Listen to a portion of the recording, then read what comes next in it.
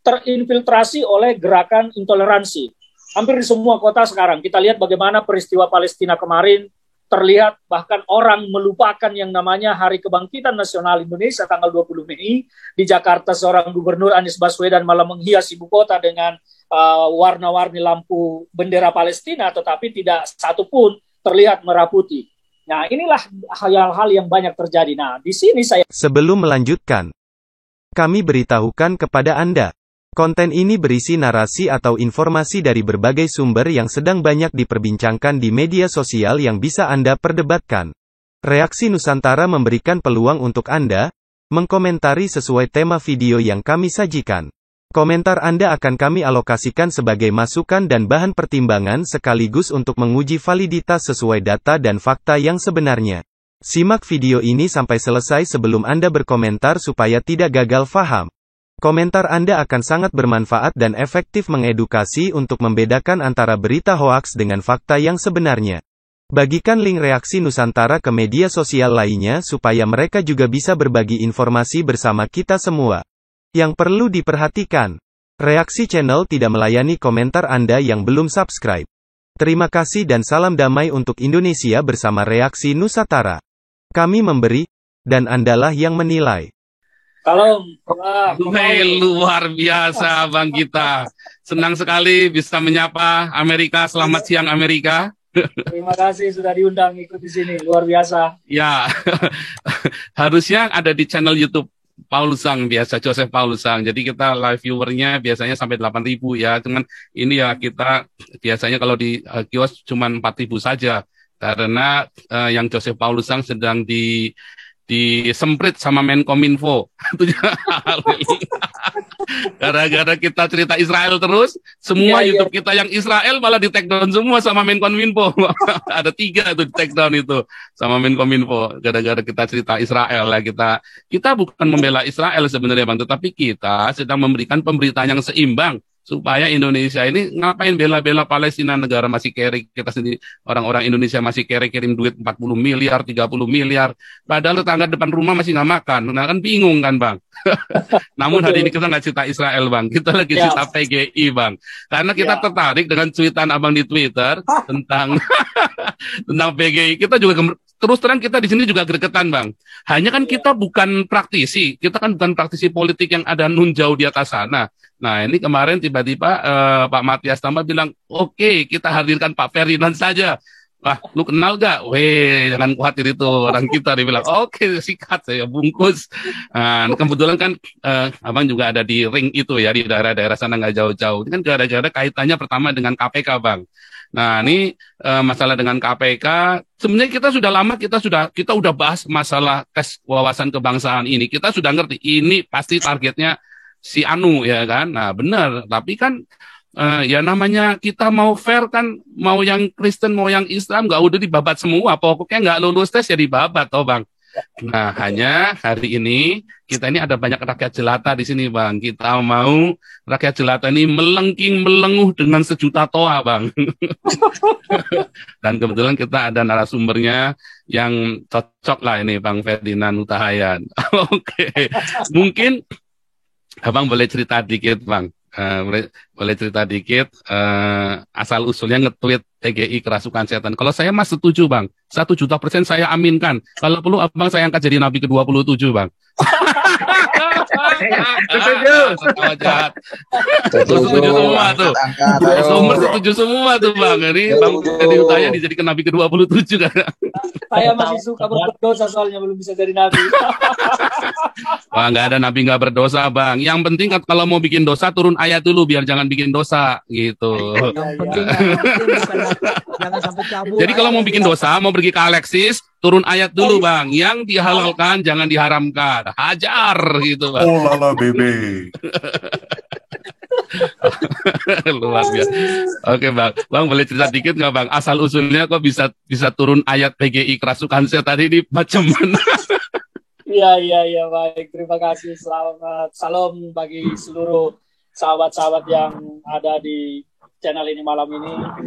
Terima kasih saya diajak berdiskusi di ruang yang luar biasa ini terkait dengan situasi bagaimana PGI tampak menjadi berpihak ya terhadap sesuatu yang tidak seharusnya menjadi tupoksinya. Nah, itulah mengapa kemarin saya agak keras memang, dan ya saya harus katakan saya marah terhadap Pendeta Gomar yang menurut saya menyeret-nyeret gereja kepada wilayah yang tidak seharusnya. Karena PGI ini kan adalah sebuah lembaga yang mengatasnamakan gereja, dan di sana kan banyak perkumpulan gereja, bukan hanya satu gereja, ada banyak gereja yang bernaung di sana, dan ini terseret-seret ke sesuatu yang jauh dari tupoksi PGI selama ini. Kalau kita bicara tentang visi misi PGI, kan ini menyimpang sekali.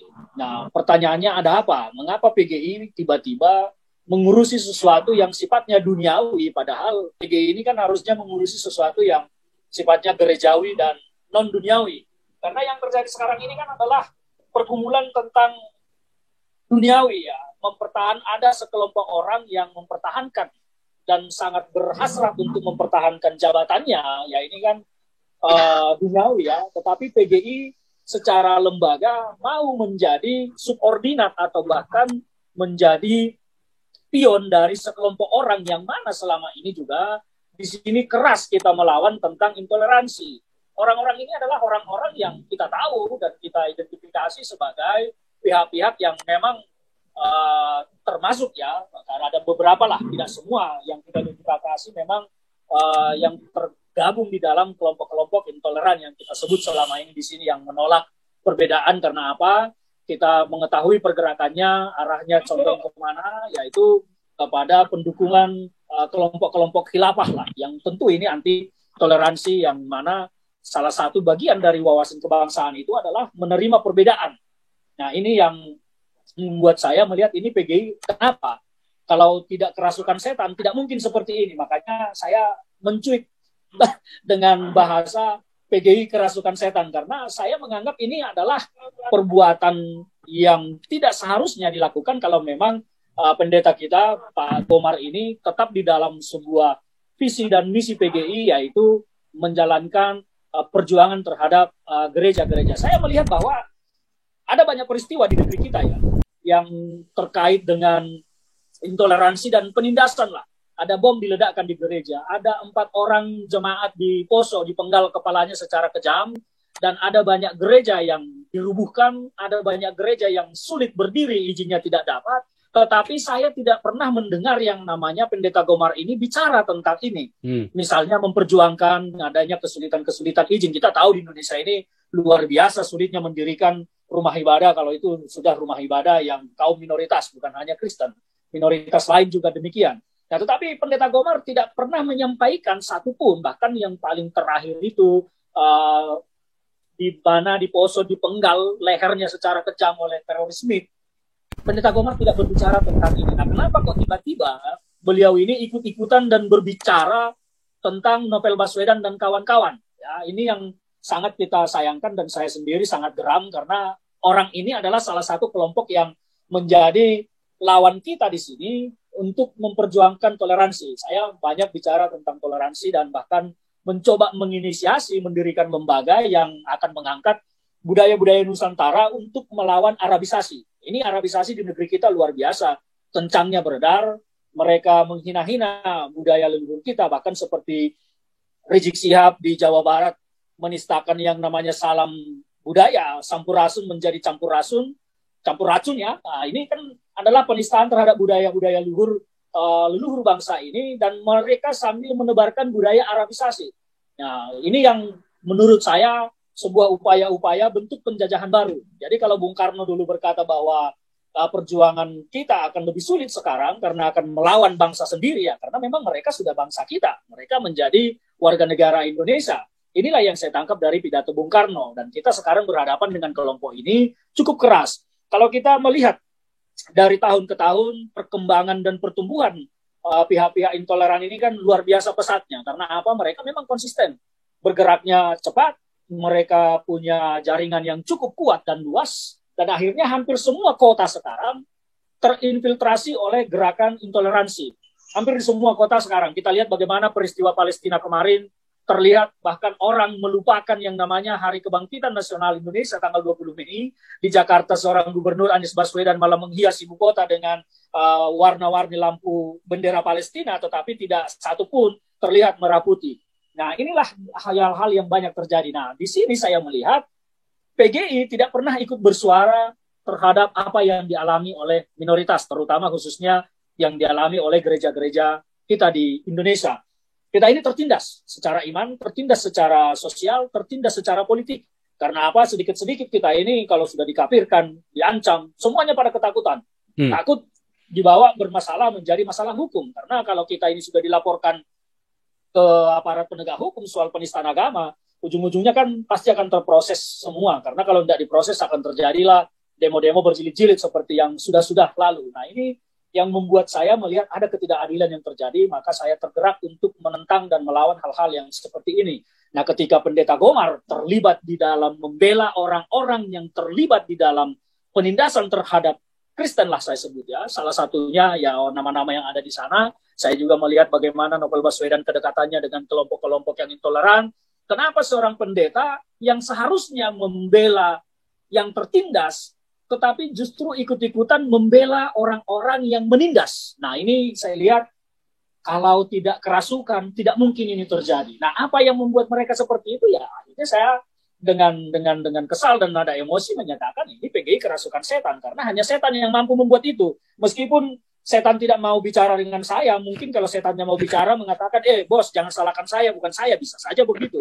Tetapi kan kita tidak tahu, tapi akhirnya saya memilih itu dan saya melihat ada sesuatu yang menyimpang dari perlakuan oleh Pendeta Gomar dengan membawa-bawa nama PGI. Dia libatkan gereja yang tertindas untuk membela orang yang terkelompok dengan penindas gereja. Nah, ini yang membuat saya melihat ini Pendeta Gomar sesat di jalan lurus. Harusnya jalan lurus ini sudah mudah dijalani sama beliau, tetapi beliau akhirnya tersesat di jalan lurus. Nah, itulah yang membuat saya agak keras statementnya kemarin, dan saya sampaikan pesan saya di media sosial, sampaikan kepada Pendeta Gomar bahwa ini tidak benar, ini tidak baik. Lebih bagus PGI itu mengurusi perizinan-perizinan gereja yang memang sangat sulit sekarang. Kita terpampang dengan vulgar kok bagaimana kelompok-kelompok intoleran ini menghadang pembangunan gereja. Padahal kalau kita melihat di setiap gang, di setiap pelosok, di sana ada musola, ada masjid yang lebih kecil lagi, ada yang lebih besar lagi, bahkan sampai ke Masjid Agung. Nah, gereja hanya satu, ada mungkin itu untuk satu wilayah luas. Nah, ini kan salah satu ketidakadilan yang kita rasakan, meskipun di negara kita ini yang kelompok Kristen memang jumlahnya kan bisa dihitung lah, tidak sebesar mereka. Tetapi dalam hal keadilan, kalau mereka boleh mendirikan musola, masjid yang lebih kecil lagi, lebih besar lagi sampai Masjid Agung, kenapa kita tidak bisa? Minimal 30%-nya saja. Nah, ini kan tidak. Bahkan untuk mendirikan satu yang besar saja di tempat yang luas jangkauannya, kita kesulitan. Nah, di sini Pendeta Gomar saya tidak pernah mendengar dia bicara bagaimana melakukan pembelaan terhadap hal-hal yang seperti ini. Tetapi kenapa dia begitu tergerak membela Novel Baswedan? Akhirnya ada juga yang mengirimkan pesan di WhatsApp saya, menyatakan saya yang membawa mereka ke PGI. Saya tidak usah sebut namanya, beliau adalah seorang lawyer juga, sahabat saya juga, menyatakan itu. Apakah maksudmu saya setannya? Saya menjawab bahwa saya tidak tahu setannya siapa. Kalau saya tahu sudah saya pentung. Saya bilang seperti itu, dan saya jawab bahwa intinya saya tidak setuju kalau PGI diseret-seret ke masalah yang bukan tupoksinya. Saya lebih ingin PGI ini fokus kepada memperjuangkan apa yang menjadi seharusnya hak-hak minoritas, hak Kristen juga boleh beribadah sesuai dengan ketentuan yang diatur oleh Konstitusi Republik Indonesia. Karena di sini kita semua harusnya bebas dari pengamalan sila-sila Pancasila, kan dari sila pertama ketuhanan yang Esa itu kan salah satunya adalah semua bebas untuk beribadah. Nah, faktanya sekarang kita tidak lagi bebas. Kita tidak lagi bebas, kita terkunci, terkungkung, tertindas. Nah, tetapi PGI tidak pernah bersuara membela yang tertindas. Ada gereja yang dirubuhkan, dibakar, PGI diam. Ada orang yang mati, jemaat dibunuh, PGI diam. Ada gereja yang dibom, PGI diam. Tetapi tiba-tiba PGI bersuara membela kelompok penindas gereja. Ini yang membuat saya marah. Akhirnya saya memilih kata PGI kerasukan setan. Kira-kira seperti itu, Pak Paul, sejarahnya kenapa saya sampai bersuara keras demikian. Begitu, Pak Paul, silakan. Iya, luar biasa sekali. Saya kok setuju ya. Cuman ini tadi ada satu pertanyaan ya saya ya, Ya, Bang. Kalau saya berpikir, kalau novel Baswedan ini adalah bagian dari rencana pendirian khilafah kan, dan bahkan kalau kita lihat mengapa proyek-proyeknya Anies Baswedan itu yang sudah jelas di depan mata begitu rusak begitu ya, tetapi bisa lolos, tidak tersentuh oleh KPK sama sekali.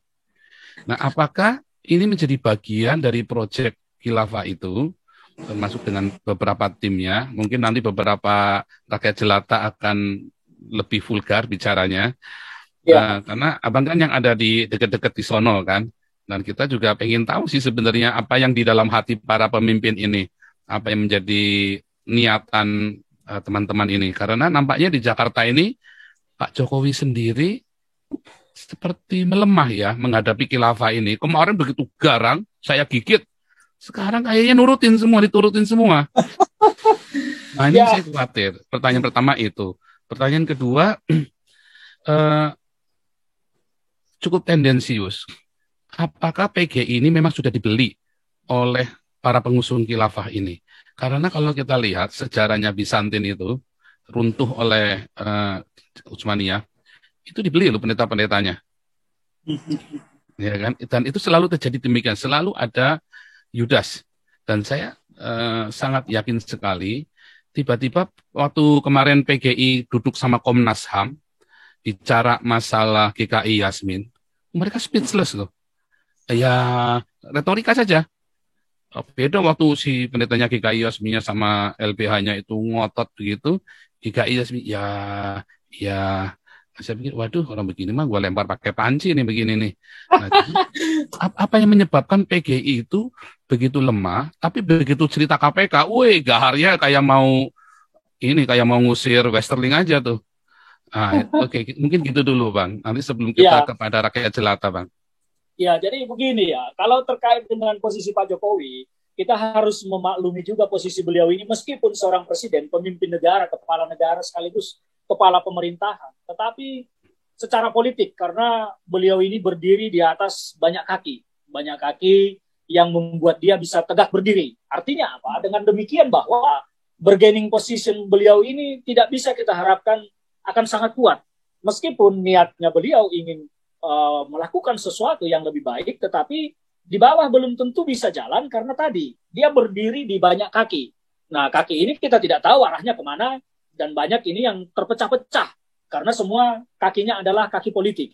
Kita tahu partai politik kepentingannya adalah elektabilitas suara. Nah, suara yang terserak di bawah ini kalau kita melihat, saya menganalisis bahwa kelompok intoleran ini sekarang di Indonesia, prediksi saya ada sekitar 10-15% dari jumlah pemilih yang ada. Nah, ini angka yang cukup besar untuk diperebutkan oleh partai politik. Sehingga apa?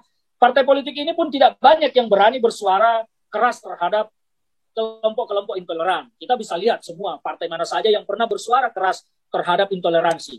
Hampir tidak ada. Ya, hanya PDIP yang sesekali bicaranya memang keras, tetapi itu pun tidak terus-menerus. Tapi kalau kita lihat partai yang lain, malah suaranya hilang terhadap kelompok-kelompok ini. Bahkan partai-partai nasionalis tidak mengeluarkan statement yang keras, tetapi cenderung ikut bermain, menikmati perolehan suara dari kelompok-kelompok ini. Nah, kalau kita lihat yang paling besar ini kan semua terhimpun di partai-partai Islam seperti PKS lah. Di sini kan sarangnya paling banyak, makanya PKS ini menjadi yang selalu terdepan bicara kalau sudah terkait dengan hal-hal ini. Nah, jadi posisi Pak Jokowi yang didirikan oleh banyak partai politik ini pun tidak bisa serta-merta kuat dengan posisinya untuk menindak ini. Kita tahu jaringan partai politik ini juga kan masuk kemana-mana. Teman-temannya ada di polisi, ada di tentara, ada di mana-mana, semuanya melebar. Nah, sehingga apa? Keinginan beliau ini belum tentu bisa terlaksana. Kita melihat bagaimana Presiden juga marah-marah. Kenapa marah-marah? Karena bawahannya tidak menjalankan instruksi dan perintahnya. Artinya apa? Bawahan ini pun merasa punya kekuatan sendiri. Nah, kita melihat bagaimana beberapa hari yang lalu Presiden juga marah-marah di Bogor terhadap menteri-menterinya. Ada apa? Kan tidak seharusnya Presiden sampai marah-marah, dan tidak seharusnya menteri-menteri ini tidak melaksanakan instruksi Presiden. Nah, disinilah kekuatan partai-partai politik punya bargaining besar kepada Jokowi yang memang mereka lah yang mendirikan. Nah, sehingga kelemahan Pak Presiden dalam hal ini saya sendiri bisa memaklumi karena memang sistem ketatanegaraan kita sekarang dengan multipartai membuat presiden kita itu lemah meskipun Indonesia itu menganut sistem presidensial. Presidensial tetapi presidennya tidak pernah punya hak veto. Bandingkan dengan Amerika yang dicap di sini liberal, kapitalis segala macam, bahkan presidennya punya hak veto. Artinya apa? Legitimasi presidennya sangat kuat untuk melakukan sesuatu bagi negaranya. Kalau kita presiden punya program satu saja contohnya, dia harus mati-matian melobi DPR. Ongkos politiknya besar. Nah, itu yang terjadi. Maka presiden kalaupun ingin membasmi dengan tegas, dia pasti akan terhalang oleh sistem yang ada. Jadi, di sistem pemerintahan kita pun sudah terjadi, menurut saya, penyimpangan dari yang seharusnya konstitusi kita dibuat oleh para pendiri bangsa sejak di amandemen pasca reformasi yang diketuai oleh Amin Rais. Nah, ini yang terjadi. Jadi, kalau pertanyaannya kenapa presiden terlihat melemah, ya karena tadi, 2024 sudah semakin dekat. Partai politik butuh suara, butuh pemilih, butuh elektabilitas. Maka semua ini akan masuk kemana saja yang bisa menyumbang suara. Dan resikonya adalah presiden akan ditinggal. Karena presiden ini 2024 sudah akan selesai, berakhir. Nah, disinilah perebutan kekuasaan antara partai politik untuk mendapatkan suara dukungan. Angka 10-15% ini luar biasa untuk diperebutkan. Nah, inilah yang membuat presiden tidak bisa dengan serta-merta dengan kekuasaan yang dimiliki oleh presiden secara konstitusi dan undang-undang tidak bisa diterapkan serta-merta. Meskipun beliau perintah, belum tentu jalan. Nah, inilah kondisi karena sistem pemerintahan kita memang yang multipartai dan presiden harus sharing dan berbagi kekuasaan dengan para pendukungnya. Sebab bila tidak, ya yang goncang adalah presiden. Presiden pun bisa diberhentikan kalau politik sudah bergerak. Tentu presiden tidak mau. Dia akan berhadapan dengan para pendukungnya. Nah, inilah yang membuat pertanyaan Pak Paul tadi, mengapa presiden terlihat agak melemah. Nah, kondisinya di situ. Nah, yang kedua terkait dengan PGI, apakah terbeli? Saya melakukan penjajakan informasi banyak ke lapangan juga. Saya sih belum menemukan fakta bahwa PGI terbeli. Tetapi PGI disesatkan oleh sekelompok orang, iya betul.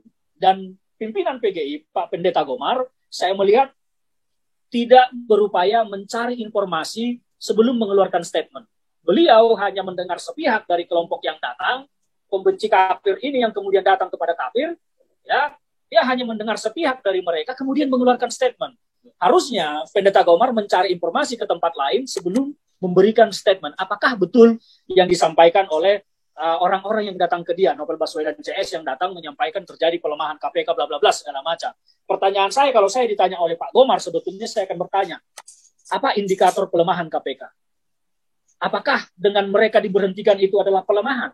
Kalau itu pelemahan, mengapa KPK sebelumnya justru terlihat lemah terhadap beberapa kelompok? Salah satunya yang Pak Paul sampaikan tadi, kenapa Jakarta yang di depan mata, terang benderang, banyak terdugaan korupsi, malah tidak tersentuh?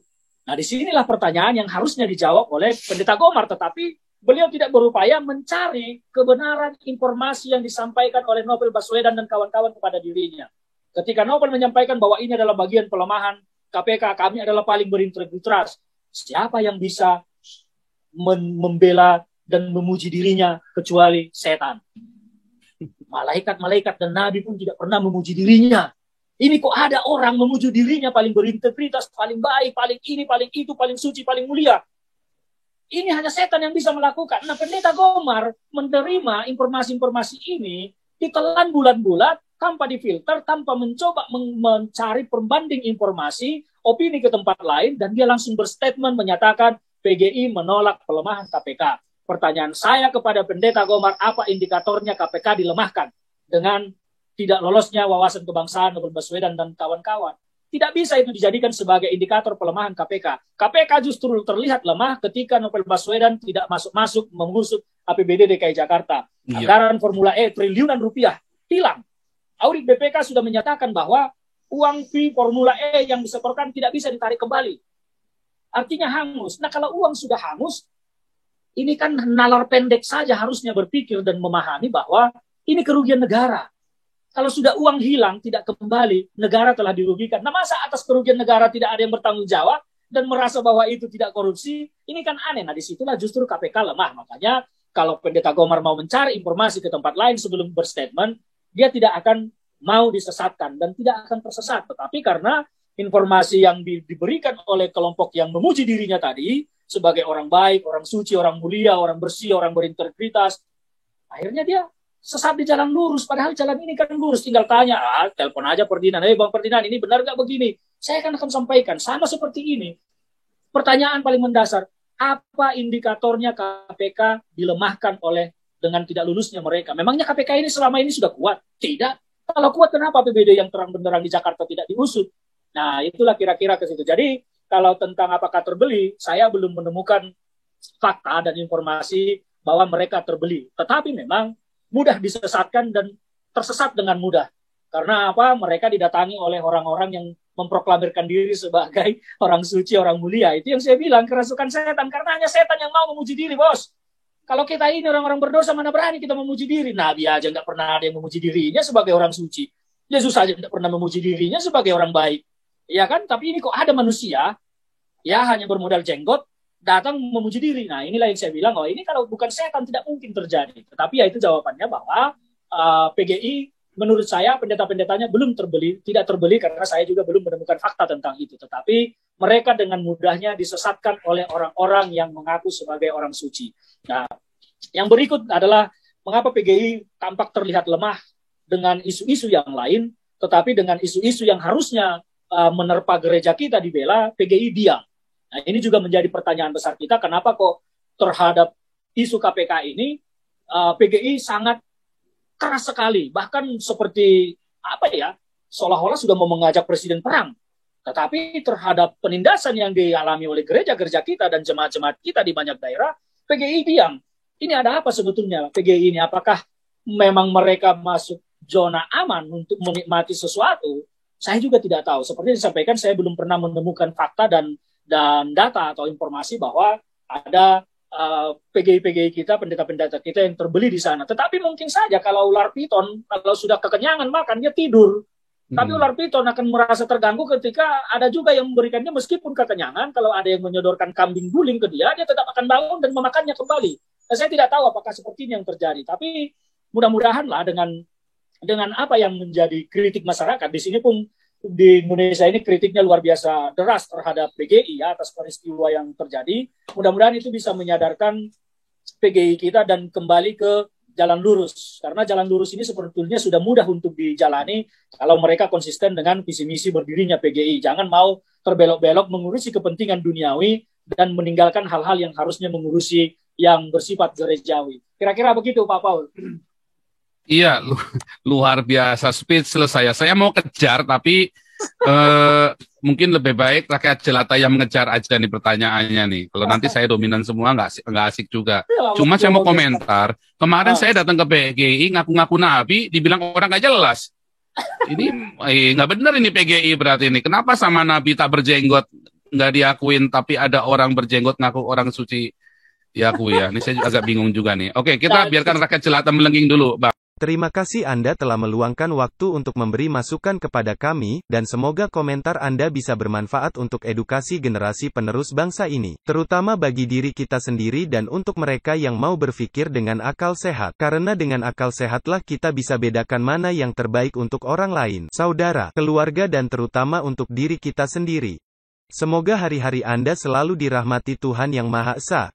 Dan sampai ketemu lagi di konten Reaksi Nusantara channel berikutnya. Salam sejahtera bersama keluarga.